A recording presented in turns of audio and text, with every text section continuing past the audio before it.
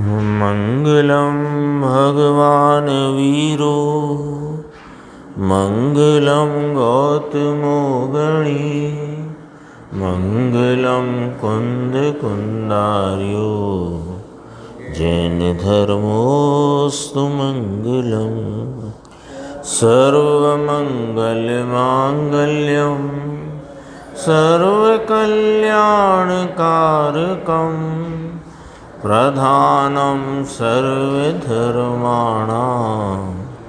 जैनं जयतु शासनं मैं नमो तीर्थनायको नमो ओंकारवाणी को नमो उन कुंद प्रभु को जिन्होंने ओंकार धारण की। अहो उपकार जिनवर का कुंद का दिव्य वाणी का जिन कुंद ध्वनि दाता उन कहान स्वामी का।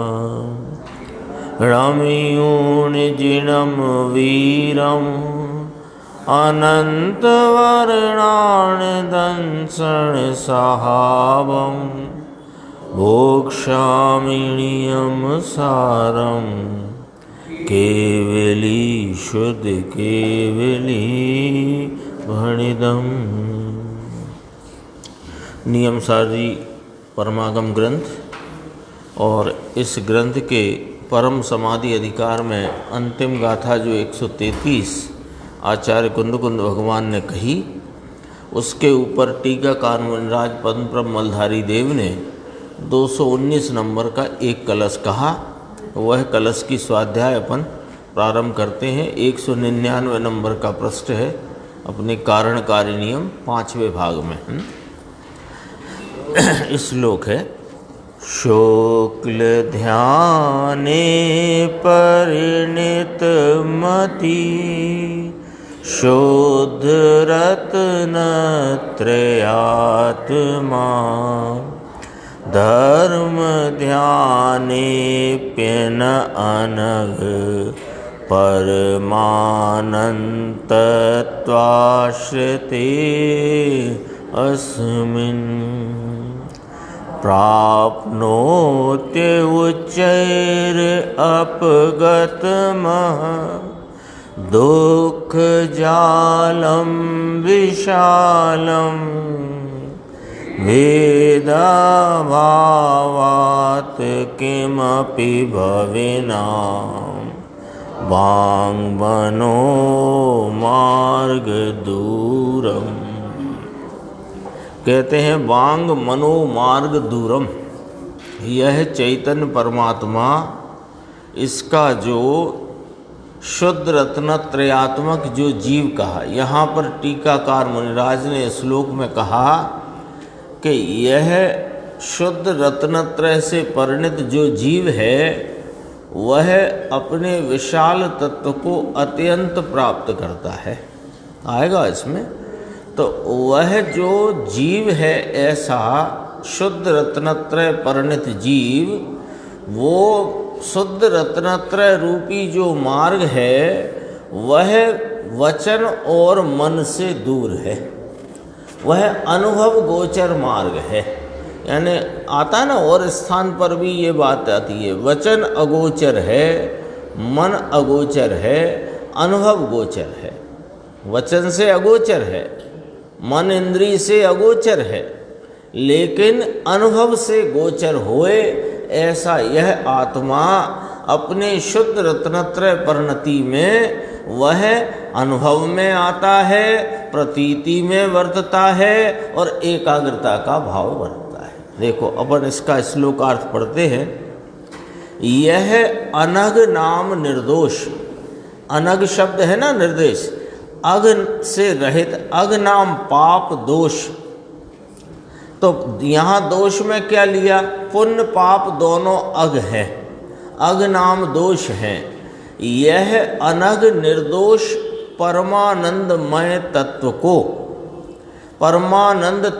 परमानंदमय तत्व के आश्रित क्या है? धर्म ध्यान है और शुक्ल ध्यान है।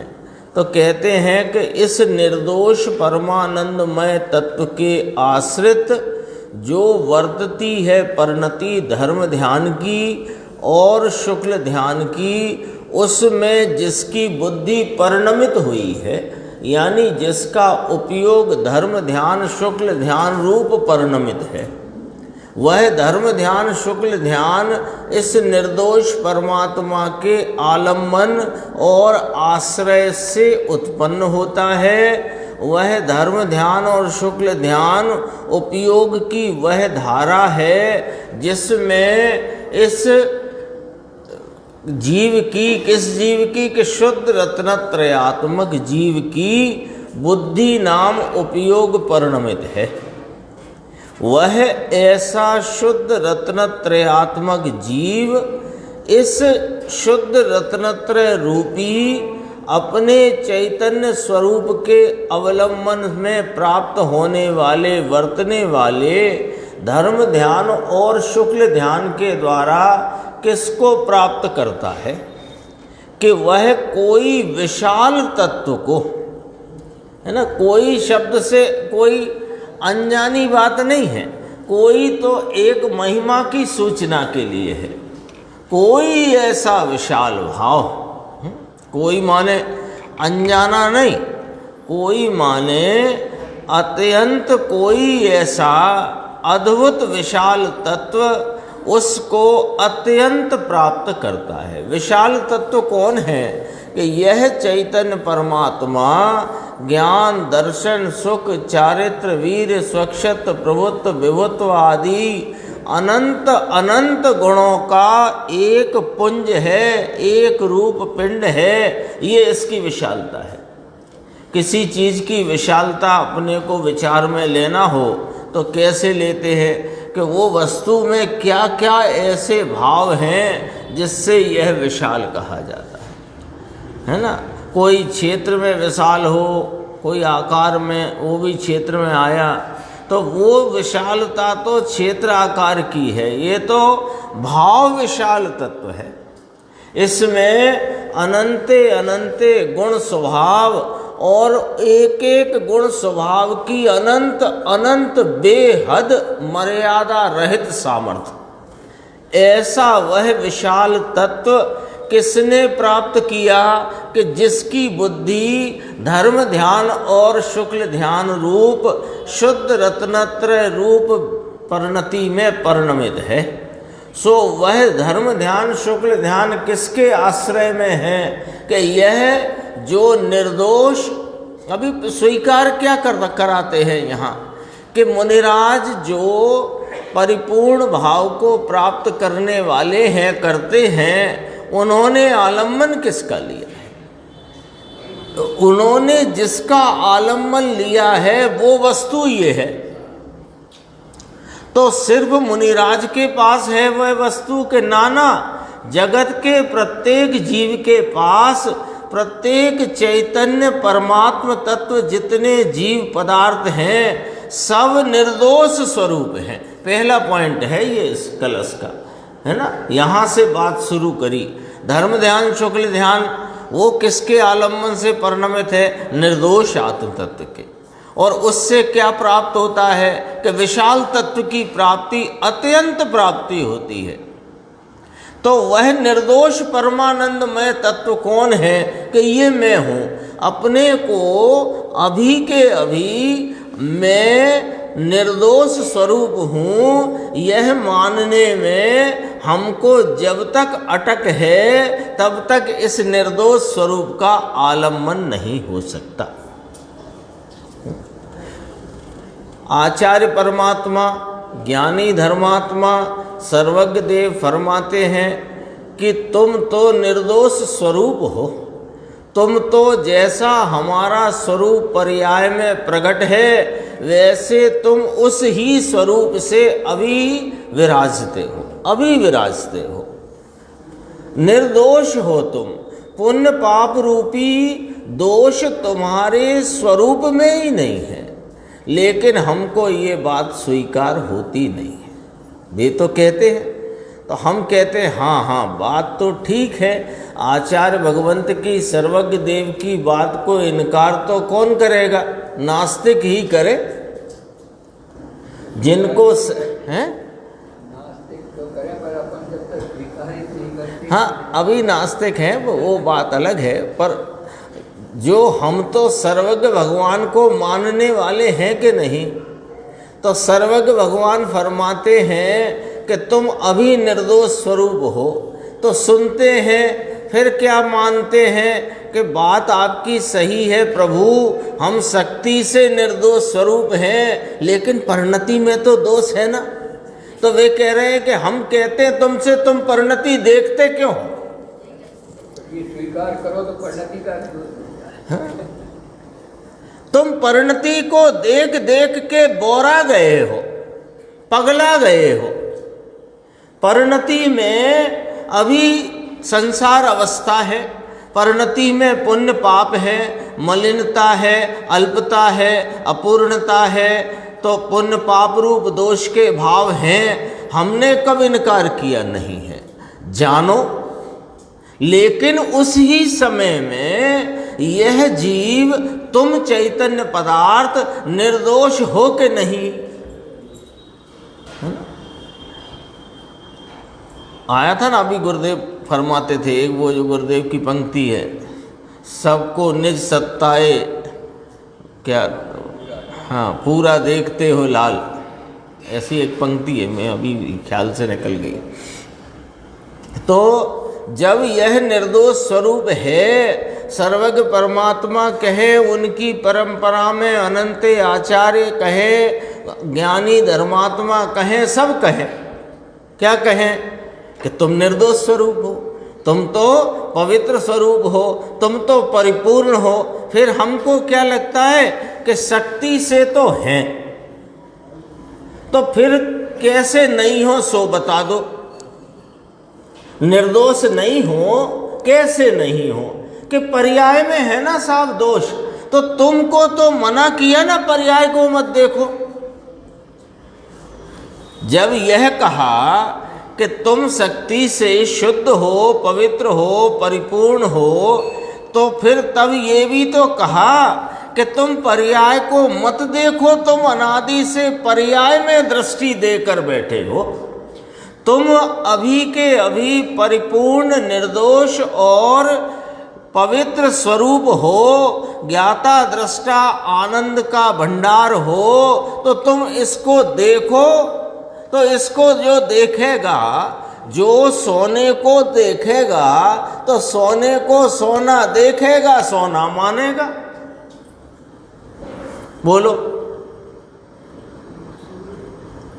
अब उस सोने के आकार प्रकार को देखकर आकार प्रकार के दोष कोई हो उसमें ही लिप्त रहे, तो वो तो सोने का व्यवहार भी नहीं जानता। सोने का निश्चय तो दूसरी बात है। अनग है, ये निर्दोष स्वरूप है। देखो, तो विशाल तत्व को अत्यंत प्राप्त करते हैं कि जिसमें से, यानी जिस तत्व में से महादुख समूह नष्ट हुआ है। पर्याय में जो दुख का भाव, महादुख का भाव, वह जो वर्तता था वह नष्ट हुआ है, और जो तत्व भेदों के अभाव के कारण, ये इससे मिलाना, दूसरी पंक्ति में विशाल तत्व कहा था ना, कि विशाल तत्व को अत्यंत प्राप्त करते हैं। तो कैसा है वह तत्व? भेदों के अभाव रूप है। हाँ, तो कितनी बात आ गई कि पर्याय पर नहीं देखना, भेदों को नहीं देखना। क्यों? कि यह भेदों के अभाव रूप वस्तु है, तो इसमें गुण भेद नहीं कि नहीं है गुण भेद। इसमें जो गुण हैं उन गुणों को जुदा जुदा देखना भेद है, वस्तु अभेद है। तो कहा साहब, अनेक स्थान पे लिखते हैं भेदा भेद वस्तु है। अरे भेदा भेद वस्तु कह करके ये कहा अनंत गुणात्मक है, अभेद है, और उन गुणों को जो तुम जुदा जुदा देखोगे तो भेद खड़ा होता है। तो वे अनंत गुण जुदा जुदा हैं। क्यों? किस भाव से? कि वे अपने अपने गुण भाव से जुदा हैं, और वे अनंत गुण द्रव्य स्वरूपता से देखो, वस्तु परकता से देखो, तो वे सारे के सारे गुण अभेद रीति वर्तते हैं, उस आत्मा में अभेद रीति से रहे हुए हैं। तो ये कहा भेदों के अभाव के कारण जीवों को माने किसको संबोधन किया राकेश भाई? अपन सबको, कि तुम्हें यह विशाल तत्व जो निर्दोष स्वरूप है, जिसके आश्रय से धर्म ध्यान और शुक्ल ध्यान प्राप्त होता है, और उस धर्म ध्यान शुक्ल ध्यान के द्वारा यह वस्तु अपनी परिपूर्णता से पर्याय में प्रकट होती है, जिसमें महादुख समूह का नाश होता है, ऐसा जो परमानंदमयी तत्व है वह अभेद रूप है, और अभेद रूप होने से वह वचन के और मन के मार्ग से दूर है। ये कौन सा लॉजिक है? अभेद, भेदों के अभाव के कारण। तो भेदों के अभाव के कारण कहा, तो इसे अपन दूसरी भाषा में अभेद कह सकते हैं कि नहीं कह सकते? भेदों का अभाव है तो अभेद कहना कि न कहना? अभेद कहा तो अपने सामने बात आई कि वस्तु यह आत्मा अभेद है। फिर कहा अभेद होने के कारण हमको नाम जीवों को, यानी हमको, ये वचन और मन के मार्ग से दूर है। ये लॉजिक समझो जरा भैया, ये लॉजिक समझने का है, ऐसे ही नहीं लिख दिया है मुनिराज ने। कौन है ये मुनिराज? अभी 7 कलश पहले अपन ने पढ़ा था, भावी तीर्थादिनाथ हैं। ऐसे भावी तीर्थादिनाथ मुनिराज पदम ब्रह्मलधारी देव इस कलिकाल सर्वज्ञ आचार्य कुंद कुंद देव के इस महान ग्रंथ की टीका करते हुए कहते हैं, क्या कहते हैं? अभेदता के कारण यह जीवों को वचन और मन के मार्ग से दूर है। लॉजिक क्या है कि वचन है ना जो भाषा, वचन भाषा रूप है, तो वचन में, भाषा में वस्तु के समग्र स्वरूप को एक साथ कहना, समझना, पकड़ना कठिन है। कठिन नाम है, संभव नहीं, असमर्थ है। भाषा असमर्थ है।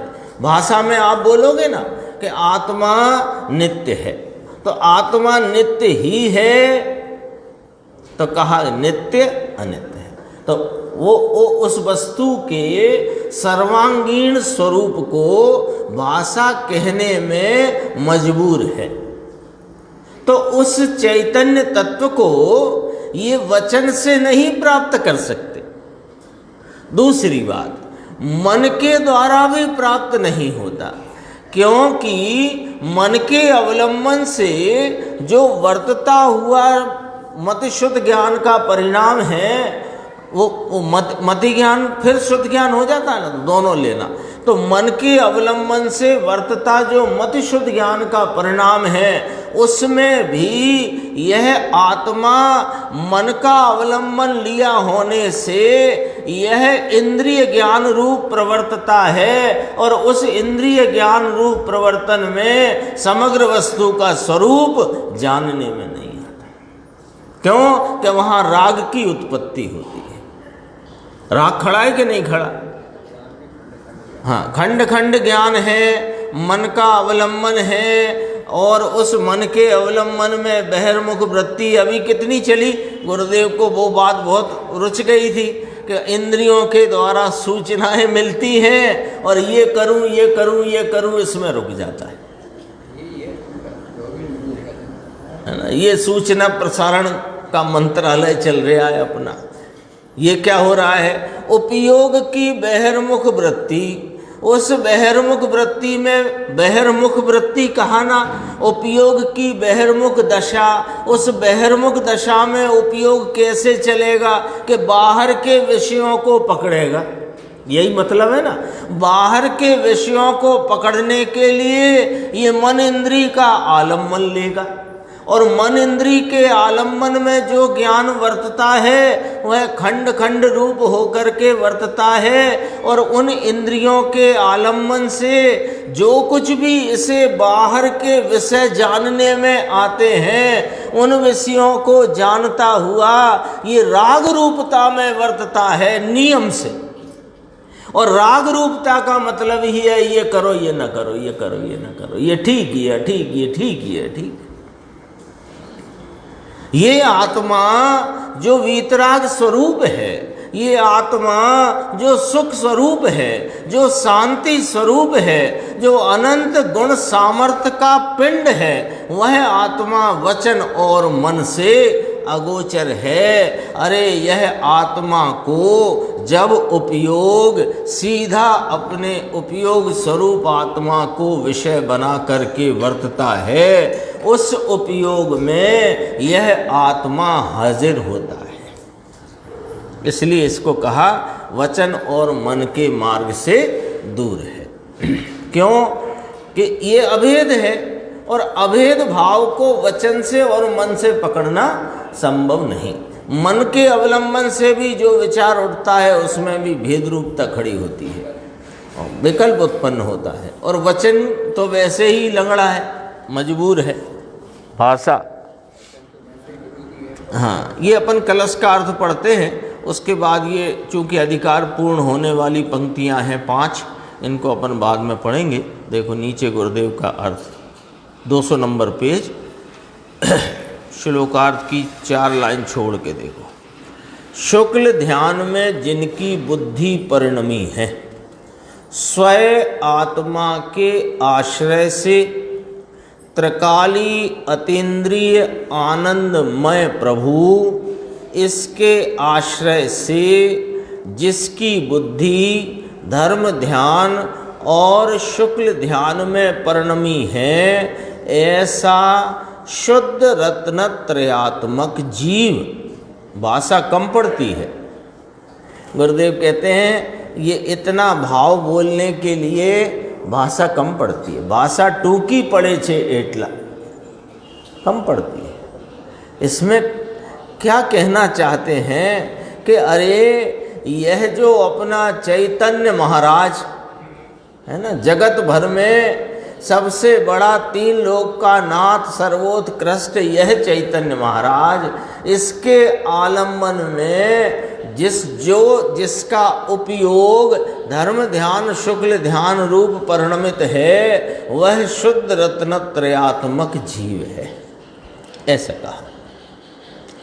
ऐसा शुद्ध रत्नत्रयात्मक जीव कैसा कि परमानंदमय तत्व के आश्रित, लो, परमानंदमय आत्म तत्व के आश्रित धर्म ध्यान में और शुक्ल ध्यान में जिनकी बुद्धि परिणमी है, ऐसा शुद्ध रत्नत्रयात्मक जीव, ऐसा शुद्ध रत्नत्रयात्मक जीव, रत्नत्रय तीनों ही दर्शन ज्ञान और चारित्र, ऐसा जीव क्या करता है कि ऐसे कोई विशाल तत्व को, ऐसा कोई विशाल तत्व को अत्यंत प्राप्त करता है।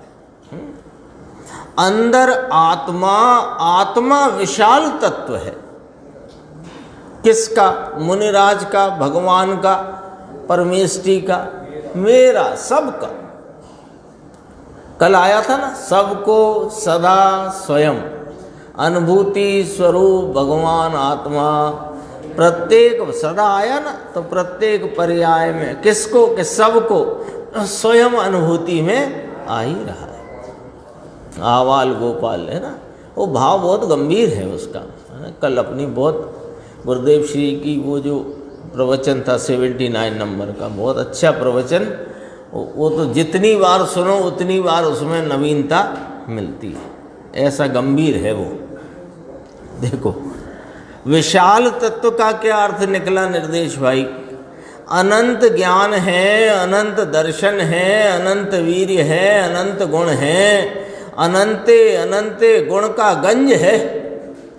ऐसा यह विशाल तत्व जो स्वयं के आश्रय से रहता है, उसको वह ऐसे विशाल तत्व को प्राप्त करता है। ये कहा जो स्वयं के आश्रय में रहता है वह ऐसे कोई विशाल तत्व को प्राप्त करता है। कितनी पंक्ति थी ऊपर देखो, अपन कलश में पढ़ रहे थे, कितनी पंक्ति थी? यह निर्दोष परमानंदमय तत्व के आश्रित धर्म ध्यान में और शुक्ल ध्यान में जिनकी बुद्धि परिणमी है, ऐसे शुद्ध रत्नत्रयात्मक जीव ऐसे कोई विशाल तत्व को अत्यंत प्राप्त करते हैं। अब अपन इस बात को संक्षिप्त कर लेते हैं।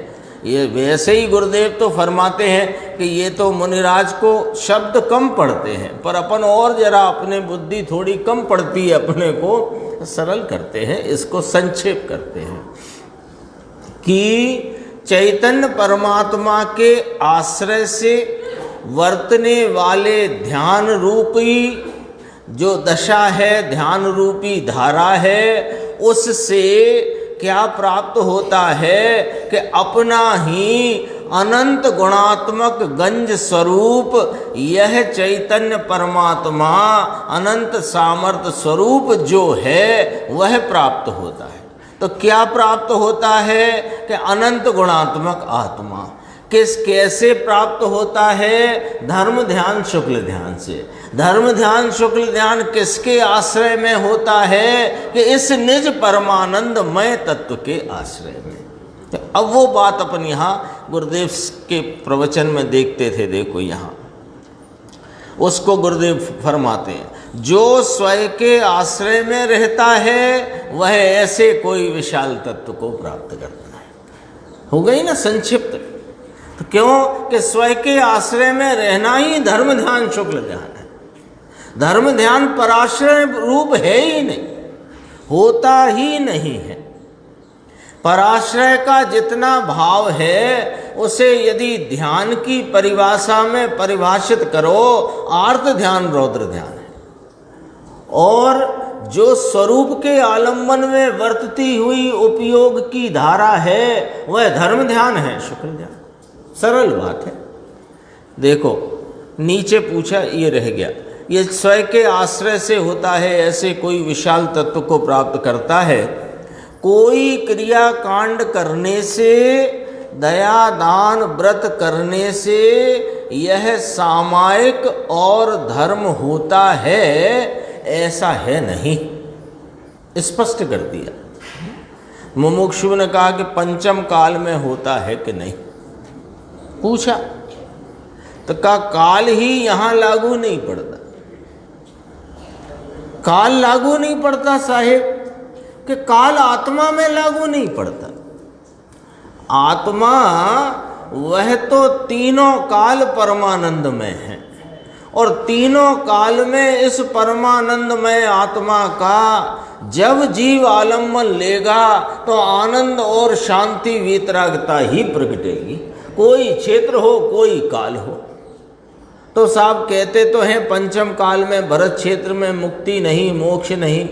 अरे पंचम काल और भरत क्षेत्र में मुक्ति नहीं, ये काल और क्षेत्र की जो बात करी ना, वो तो उसको इस तरह समझना कि यहाँ अभी वर्तमान में ऐसे योग्यता वाले जीव नहीं हैं। योग्यता वाले जीव कहा, स्वभाव वाले जीव ना कहा, ध्यान रखना। स्वभाव से तो तीनों काल यह जीव अपने गुण ज्ञान दर्शन सुख चैतन्य स्वरूपता से परिपूर्ण ही है, अनग रूप है, निर्दोष रूप है। हाँ, वो आता है प्रवचन सार में, न द्रव्येण खंड्यामी न कालेण खंड्यामी न क्षेत्रेण खंड्यामी न भावेण खंड्यामी। ऐसा अखंड महाराज ये देखो, त्रिकाल में भगवान त्रिकाल स्वरूप है। त्रिकाल निर्मलानंद परमानंद, ये बात करी है जो गुरुदेव में फरमाते हैं ना, निरंतर वर्तमान निरंतर वर्तमान। उसका अर्थ ही ये है कि निरंतर वर्तमान यह त्रिकाल है। कोई कहे कि वर्तमान कहकर के आप त्रिकाल का निषेध करते हो कि ना ना, वर्तमान कहकर त्रिकाल की सिद्धि करते हैं।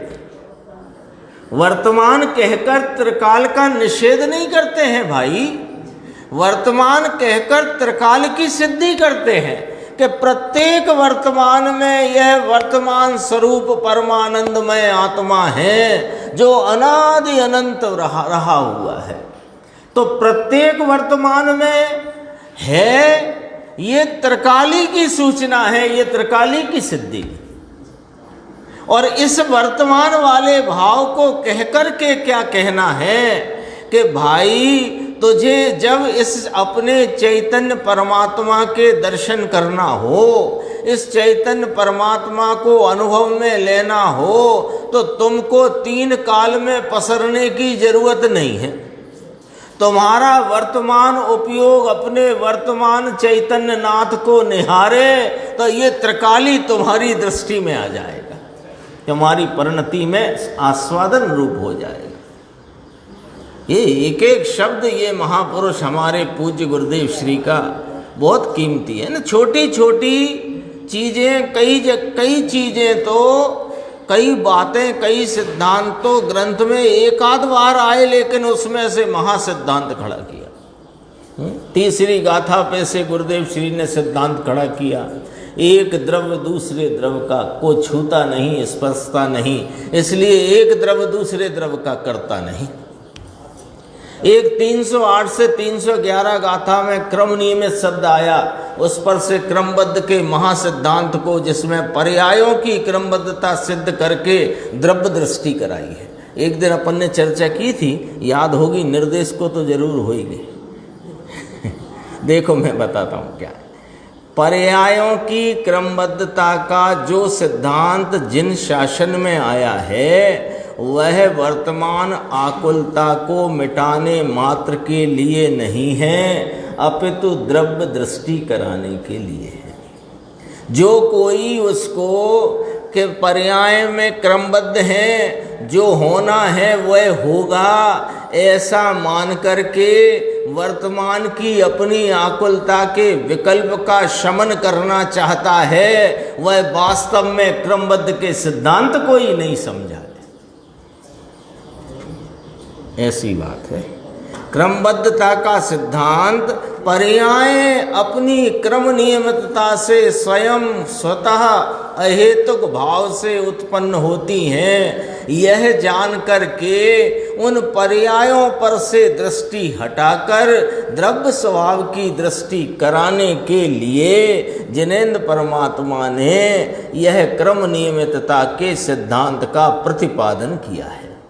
एक कारण शुद्ध पर्याय की चर्चा इस नियम सार जी परमागम में आई, जिसमें से गुरुदेव ने दृष्टि का विषय खड़ा कर दिया। ये तो कोई हमारा समझो, जैसे कोई की योगेश भाई 10, 20, 25 करोड़ की, 100 करोड़ की लॉटरी लग जाए तो क्या कहें, अरे इसका भाग्य तो देखो, हैं 100 रुपये के टिकट पर 100 करोड़ की लॉटरी, इसका भाग्य तो देखो, अरे वो तो दुर्भाग्यशाली है। और भाग्यशाली नहीं, अत्यंत सौभाग्यशाली हम लोग हैं जो जिनेंद्र परमात्मा के माल का असली भाव हमें पूज्य गुरुदेव श्री से मिलता है। ये अपना सौभाग्य है ना। वे तो दुर्भाग्यशाली हैं, अंबानी, अडानी, जो आजकल नाम गिने जाते हैं, वे दुर्भाग्यशाली हैं। क्यों कि वो पूर्व का कोई पुण्य फलित हो गया और ढेर लग गया, संभालते संभालते टाइम ही नहीं। ये अचरजकारी इस अद्भुत तत्व की बात सुनने की ना उन पे समय है, न कोई मौका है, न अवसर है। कहाँ है बोलो? महादुर्भाग्यशाली। वो वैभव नहीं है। हम लोगों को चूंकि उसी से नाप तोल की आदत है ना, तो हमें लगे कि ओ हो आ हा, लेकिन वो वास्तव में ओ हो करने लायक है। ये अपने को तो माल मिला है ना। गुरुदेव के 9,500-10 हजार प्रवचन हैं। अभी से सुनना शुरू करो, दिन के 2 तो आयु पूरी हो जाएगी। पंचम काल में होता है कि नहीं, ये बात आई। देखो, त्रिकाल निर्मलानंद परमानंद, ये जो बात आती है ना, 5वें काल में नहीं होता, 5वें काल में, वो बात इतनी समझना कि उस अभी यहाँ जो जीव भरत क्षेत्र में, गरीब क्षेत्र में इस काल में हैं, उन जीवों की योग्यता इस प्रकार की नहीं है कि वे पूर्णता को प्राप्त करें। तथापि ऐसी योग्यता तो है कि वे अपने चैतन्य परमात्मा स्वरूप को प्राप्त करके मोक्ष मार्ग में प्रवेश करें, उसकी आराधना करें स्वरूप की। हाँ, ये अपने आचार्य भगवान आए कि नहीं इसी काल में? देखो 201 पेज। और जो तत्व भेदों के अभाव के कारण जीवों को वचन और मन के मार्ग से दूर है। क्या कहते हैं? ये भगवान तत्व अंदर ऐसा है कि मन वचन से दूर है। क्यों? कि भेद का अभाव है। आखू अभेद तत्व छे, पूरा यह तत्व अभेद है। अभेद तत्व है, पूर्णानंद पूर्ण ज्ञान से अभेद है। ऐसे अभेद तत्व में भेदों के अभाव के कारण जीवों को, भव्यों को, लायक जीव को वचन और मन के मार्ग से दूर है। मन और वचन के मार्ग से भव्य जीव को सामायिक दूर है, और सामायिक का फल पूर्ण भाव मुक्ति वह भी दूर है। ऐसा कोई समय सुना भी ना होए और हम सामायिक करते हैं। ऐसी सामायिक, इसने सामायिक करी, इसने इतनी करी, इसने इतनी करी। कहते नहीं, हमारे तो भैया 2 टाइम सामायिक का नियम है। कौन सी सामायिक? पाथरू पाथरने बैठना और 5 परमेष्टि के नाम स्मरण करता है। नाम स्मरण नहीं, वो क्या कहते हैं, पहाड़ा पड़ता है। अभी तो उनका स्वरूप नहीं जानता परमेष्टि का, तो क्या उनका स्मरण भी करेगा? फिर इतने इतनी करी, इसने इतनी करी, ये कलश की चर्चा पूरी होती है। इसके नीचे अपन देखो पढ़ते हैं, इस प्रकार सुकविजन रूपी कमलों के लिए जो सूर्य समान हैं और 5 इंद्रियों के फैलाव रहित देह मात्र जिनको परिग्रह, तो गुरुदेव ने कहा मुनि को तो देह मात्र ही परिग्रह गिना गया। वो परिग्रह गिना गया है नहीं है, समझना। वो तो तुम्हें बाहर से दिखाने में, देखने में आता है, तो उसको परिग्रह शब्द का प्रयोग करना पड़ा। परिग्रह नहीं है, परिग्रह कहते हैं पकड़ को। उनको इसकी भी पकड़ नहीं है। हाँ, जिसमें मूर्छा हो, जिसमें ममत्व वर्तता हो, तो वो तो नहीं है। लेकिन बाहर में संयोग में दिखता है, वो अपेक्षा कहने में आता है। हाँ, ऐसी भी कहने में आती है बात। नीचे, देह मात्र जिनको परिग्रह था, ऐसे श्री पद्म प्रमलधारी देव द्वारा रचित नियम सार की तात्पर्य वृत्ति नाम की टीका में, अर्थात श्रीमद् भगवत कुंद कुंदाचार्य देव प्रणीत श्री नियम सार परमागम की निर्ग्रंथ मुनिराज श्री पद्म प्रमलधारी देव विरचित तात्पर्य वृत्ति नाम की टीका में परम समाधि अधिकार नाम का 9वां श्रुत स्कंद समाप्त हुआ। लो 9वां अधिकार यहाँ पूर्ण होता है और 134 गाथा से परम भक्ति अधिकार प्रारंभ होता है। अपन गाथा का पाठ करते हैं। सम्मतणाण चरणे जो भंतिम कुणै सावगो समणो तस दुणे बुद्धि भक्ति हो देति जिणे पर्णतम श्रमण सम्यक ज्ञान चारित्र भक्ति करे निर्वाण नीछे भक्ति तेने एम जिन देवो कहे। परम भक्ति अधिकार की प्रथम गाथा, उसमें आचार्य कुंद भगवान कहते हैं कि सम्यक्त ज्ञान चारित्र की जो भक्ति है वह निर्वाण की भक्ति है, ऐसा हम नहीं कहते, जिनदेव कहते हैं। यानी हम नहीं कहते का मतलब अपने कहने से बच रहे हैं ये नहीं, हम नहीं, यह तो जिनदेव फरमाते हैं, उनकी साक्षी लेकर के कहते हैं, जिनदेव की साक्षी। ये देखो इसकी टीका की प्रथम पंक्ति है जो गाथा की उत्थानिका है, यह रत्नत्रय के स्वरूप का कथन है। रत्नत्रय की जो परिणति है इसको यहाँ भक्ति कहा, समझना बस। जो इसकी थोड़ी अपन बात पकड़ लेते हैं, फिर अपन फ्रेम क्या है कि देखो ये रत्नत्रय के स्वरूप का कथन है, तो रत्नत्रय को यहाँ पर भक्ति कहा, निर्वाण की भक्ति कहा ना, तो रत्नत्रय की भक्ति ऐसे करके यहाँ टीका में कहा।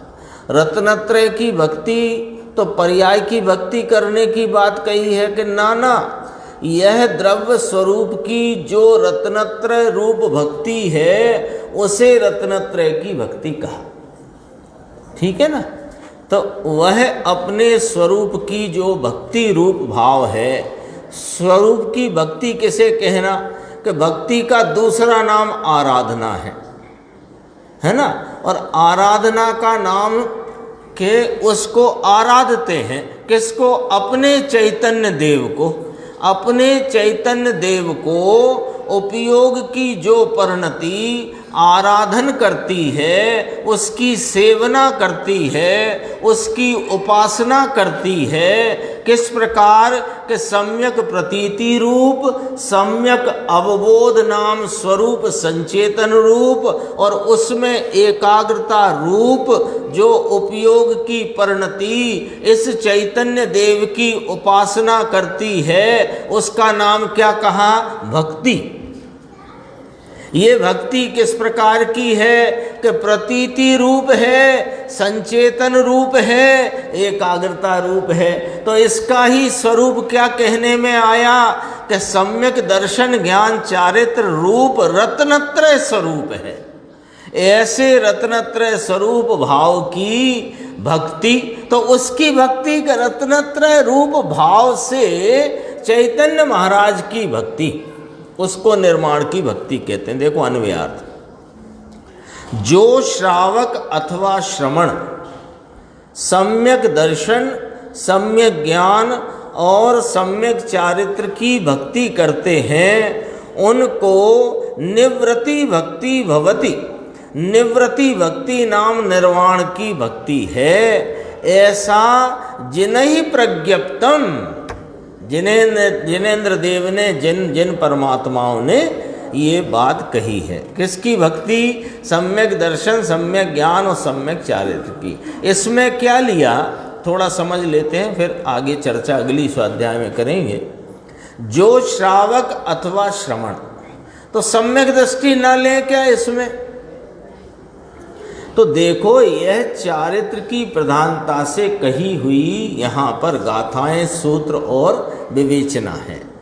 तो उसमें पेटे में सम्यक दृष्टि भी रखना, पेटे में, लेकिन मुख्यता किसकी है? चारित्र की। तो चारित्र की मुख्यता में भी किसकी मुख्यता है? श्रवण मुनिराज, श्रवण की कहो, मुनि भगवंतों की कहो। और फिर दूसरे नंबर पर श्रावक लिए। इसमें सब चर्चा आएगी। श्रावक एकादश पद वाले हैं, 11 पद कहे श्रावक के, उनकी भी उसमें सब चर्चा, वो 11 प्रतिमाएं कहलाती है, उसकी संक्षिप्त चर्चा नीचे फुटनोट में है, पढ़ेंगे अपन आगे। श्रावक और श्रवण, एक श्रावक शब्द आया ना, इसका जयसेन स्वामी की समय सार की 411 नंबर या 12 नंबर की टीका है, उसमें श्रावक का शब्द का अर्थ किया श्रवणोपासक, श्रवण और श्रवण के उपासक। श्रवण कौन है? श्रवण वे हैं जो अपने स्वरूप की आराधना में 3 कषाय चौकड़ी की अभाव रूप वीतरागता से उपासना कर रहे हैं, वे श्रवण हैं। और जिनके अभी 3 कषाय चौकड़ी का अभाव नहीं हुआ है और स्वरूप की आराधना करते हैं, 2 कषाय चौकड़ी की अभाव रूप दशा वर्तती है, वे श्रवणोपासक हैं। हाँ, श्रवणोपासक कहा। हाँ, वो श्रावक शब्द है ना, वो श्रावक का वहाँ अर्थ किया श्रवणोपासक, श्रवणों के उपासक। इसमें तो श्रवण की भक्ति करते हैं, उपासना करते हैं कि सुनो भैया, जिसकी श्रवण उपासना उग्रता से करते हैं, उसी भाव की वे भी उपासना करते हैं, वे श्रवणोपासक हैं। और निरंतर उस 3 कषाय चौकड़ी के अभाव रूप आनंद की प्राप्ति के लिए उद्यमवंत हैं, प्रयत्नशील हैं, इस अपेक्षा उसको श्रवणोपासक कहने में आया है। शेष चर्चा अपन आगे की स्वाध्याय में। शुद्ध स्वरूपी अविनाशी में